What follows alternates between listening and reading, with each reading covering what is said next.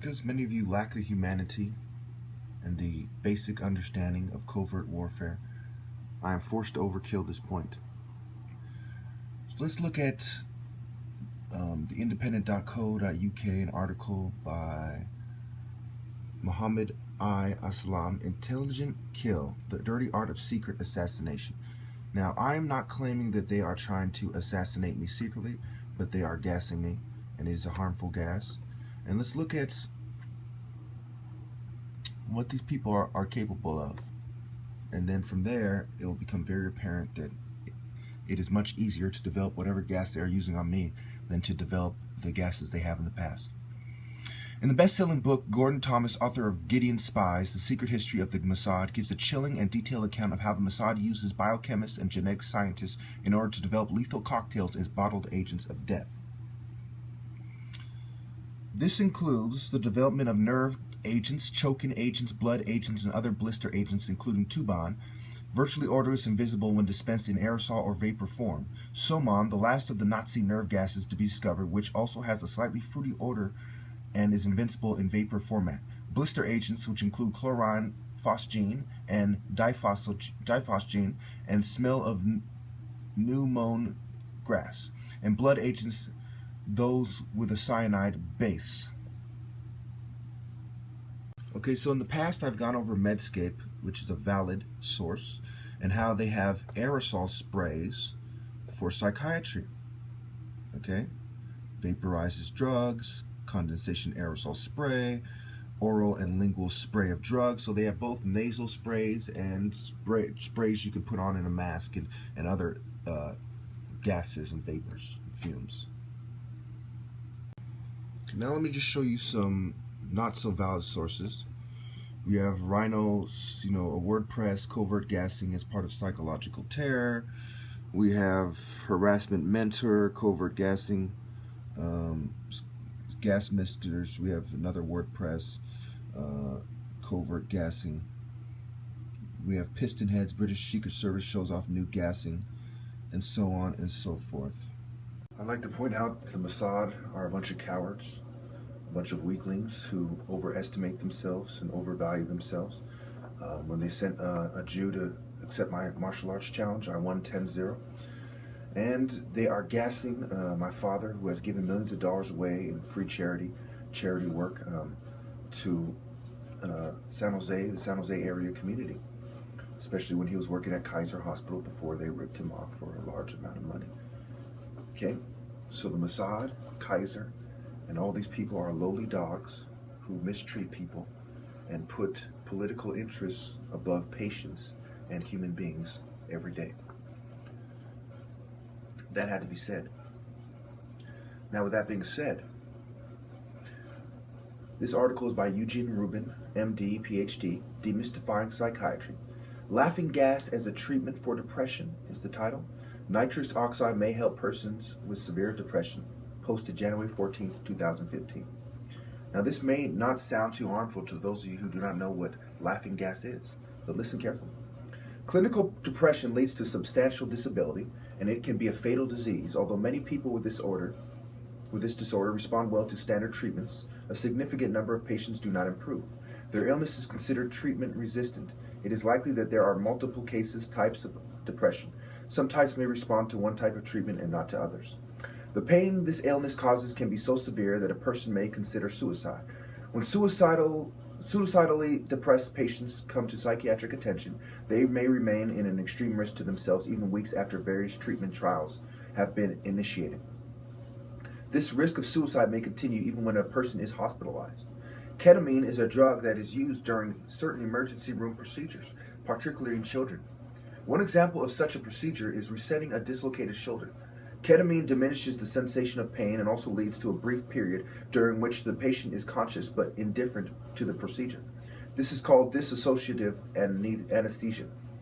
The drug provides this type of anesthesia without compromising the ability to breathe. Ketamine can also diminish pain and produce conscious sedation and analgesia in adults. Unlike children, however, adults often experience significant psychiatric side effects that may develop hallucinations, perceptual disturbances, and delusions with ketamine.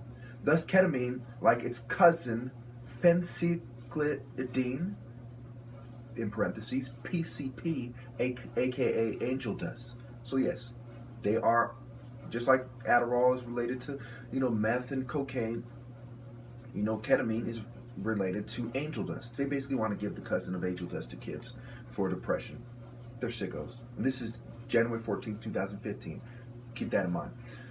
Anyway, is considered a psychotomimetic, that is, a drug that can cause psychotic symptoms. It is thought that children don't experience the psychotic effects of ketamine because the wiring of certain brain regions is still immature. Major functional brain pathways continue to form through adolescence. So, as you can see, not only are they recommending using a cousin of PCP or angel dust for children and adults, but they don't understand why they don't experience psychotic symptoms or effects. So it's okay because we don't understand why they don't experience it, but they don't seem to experience it. Forget the fact that it's completely fucking their brain, causing significant neurological damage, and they never do the long-term studies to figure it out because most likely they're not stupid and they know what it leads to, and they don't want to have it documented that they know. Anyway, studies have over the past decade have found that a single 40-minute intravenous infusion of ketamine at sub-anesthetic doses can lead to rapid improvement in mood and alleviation of suicidal ideation in a significant percentage of severely depressed persons. This effect begins within several hours after ketamine administration and lasts for days. The most noticeable downside of ketamine is that it can cause psychotic and cognitive side effects. Well, at least they do admit they cause cognitive damage or neurological damage. Such effects typically don't last long, but they can be disturbing. Okay, so they don't admit the long-term effect. Optimal dosing, frequency of administration, and even route of administration are all active areas of investigation. Ketamine is thought to work by blocking the effect of a neurotransmitter called glutamate, on a specific type of glutamate receptor known as the NMDA receptor. Blocking NMDA receptors can rapidly alter how certain brain pathways function and connect with one another. These changes in brain pathways may be involved in alleviating depressive symptoms. Oh, they may be involved, but so you're blocking, pathways to the brain, and that's kind of that's how we think, receptors and pathways, and it's no big deal. We don't know. It may help, but we know that the symptoms go away. It's kind of like if I hit you in the head with a fucking hammer, the symptoms go away. Who cares about the rest of the damage, right? Considering ketamine as a potential treatment for depression is complicated by its psychiatric side effects and by the fact that it's sometimes abused as a recreational drug. That never stopped you before. A recent study published by Dr. Peter Negeli and colleagues in the journal Biological Psychiatry reports that nitrous oxide, laughing gas, an inhaled anesthetic commonly administered by dentists during dental procedures may help patients with treatment-resistant depression. Okay. Why would one even consider the possibility that nitrous oxide would help persons with severe depression? It turns out that nitrous oxide, like ketamine, blocks the action of glutamate at NMDA receptors, but by a mechanism that differs from ketamine. Unlike ketamine, nitrous oxide does not have psychosis-inducing properties, although, like ketamine, it can sometimes be abused. In a proof-of-concept study, Negeli and other concepts compared the antidepressant effect of a single administration of nitrous oxide to a placebo gas in 20 patients with treatment-resistant depression. So, not only were they considering ketamine, and pretty much still are, but they also considering nitrous oxide, what dentists use, for those of you who are getting lost here. Each patient was tested with both treatments, nitrous oxide and placebo, and separately crossed over trials 1 week apart. Nitrous oxide was administered for about 15 minutes at a dose similar to that used in a dentist's office. The results of this study are intriguing. While compared to the placebo gas, nitrous oxide led to some substantial improvement. 35% of patients demonstrated a very good to excellent response with nitrous oxide versus 5% with placebo. The benefits lasted for several days and at least a week in some patients. This response rate is remarkable considering that the patients selected for the study had previously failed an average of 8, range 4 to 12 antidepressant treatments. So when you look into the study, what does it show us? The antidepressant treatments really don't do anything. Nitrous oxide seems to have an effect on the brain that alters the mood, which is not healing the person, it's altering the mind state for several weeks. For how long did they say?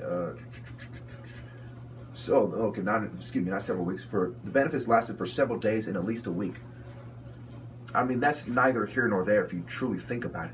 You inhale some nitrous oxide, your brain's all fucked up for several days to a week, and you don't feel so sad. I mean, come on. This is these people's logic on record. In 2015, this is their logic. Okay, you know what? I don't want to make this too long because they're cyber attacking me, making it damn near impossible to upload videos. You know, I have to go to different websites to do it. So I'm going to leave it there. If you want to see the read the study again, I don't know how well it's going to show up, but this is the study. It's on top of what the study is. Demystifying psychiatry, laughing gas is a treatment for depression. Nitrous oxide may help persons with severe depression. Posted January 14, 2015. Eugene Rubin, MD, PhD. So this is what PhDs come up with, you know.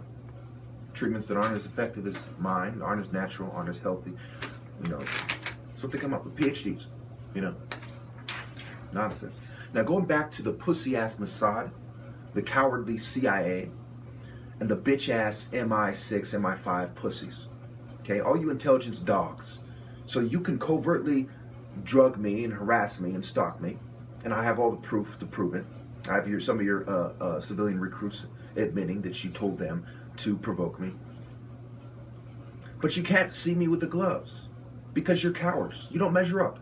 You're not as much of a man as I am. You wouldn't dream of going against the grain as I have. You aren't men of principle. You are men of money and cowardice. You are puppets. You are lemmings. You are muppets. You are sheep.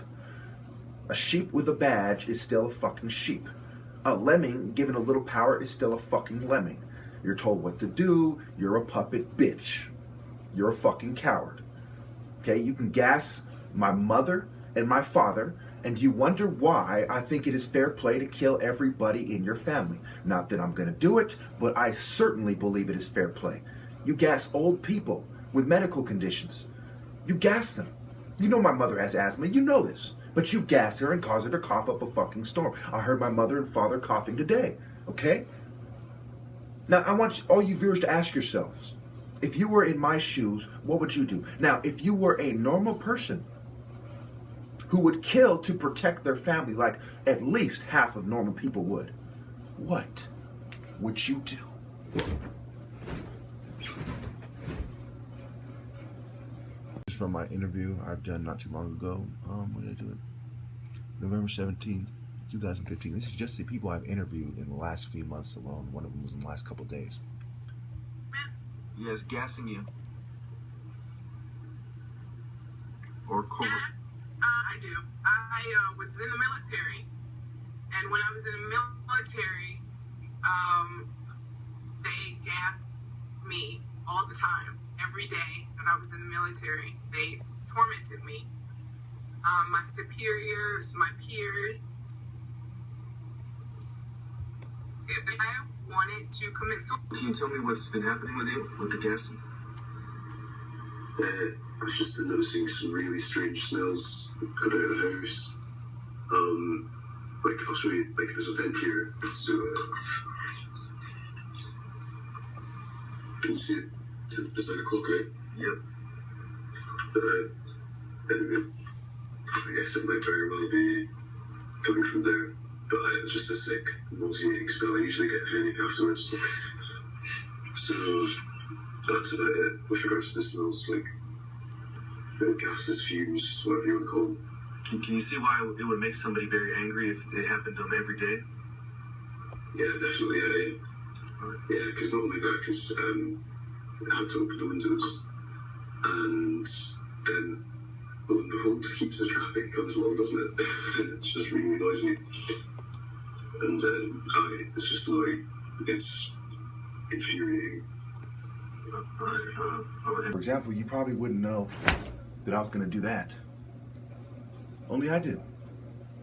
And then I have the aggression inside of me to do that. Or perhaps it's...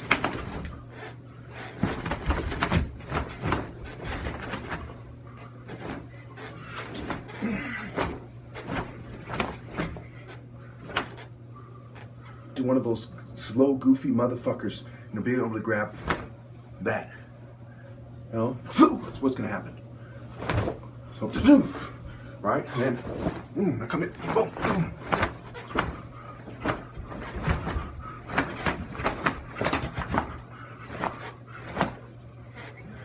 They're not going to be able to do it. So,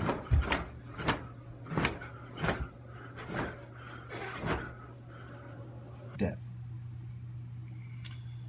This includes the development of nerve agents, choking agents, blood agents, and other blister agents, including Tuban, virtually odorless and visible when dispensed in aerosol or vapor form. Somon, the last of the Nazi nerve gases to be discovered, which also has a slightly fruity odor and is invincible in vapor format. Blister agents, which include chlorine, phosgene, and diphosgene, and smell of pneumonia, harmful gas. And let's look at what these people are capable of. And then from there, it will become very apparent that it is much easier to develop whatever gas they are using on me than to develop the gases they have in the past. In the best-selling book, Gordon Thomas, author of Gideon Spies, The Secret History of the Mossad, gives a chilling and detailed account of how the Mossad uses biochemists and genetic scientists in order to develop lethal cocktails as bottled agents of grass, and blood agents, those with a cyanide base. Okay, so in the past I've gone over Medscape, which is a valid source, and how they have aerosol sprays for psychiatry. Okay? Vaporizes drugs, condensation aerosol spray, oral and lingual spray of drugs. So they have both nasal sprays and sprays you can put on in a mask and other gases and vapors and fumes.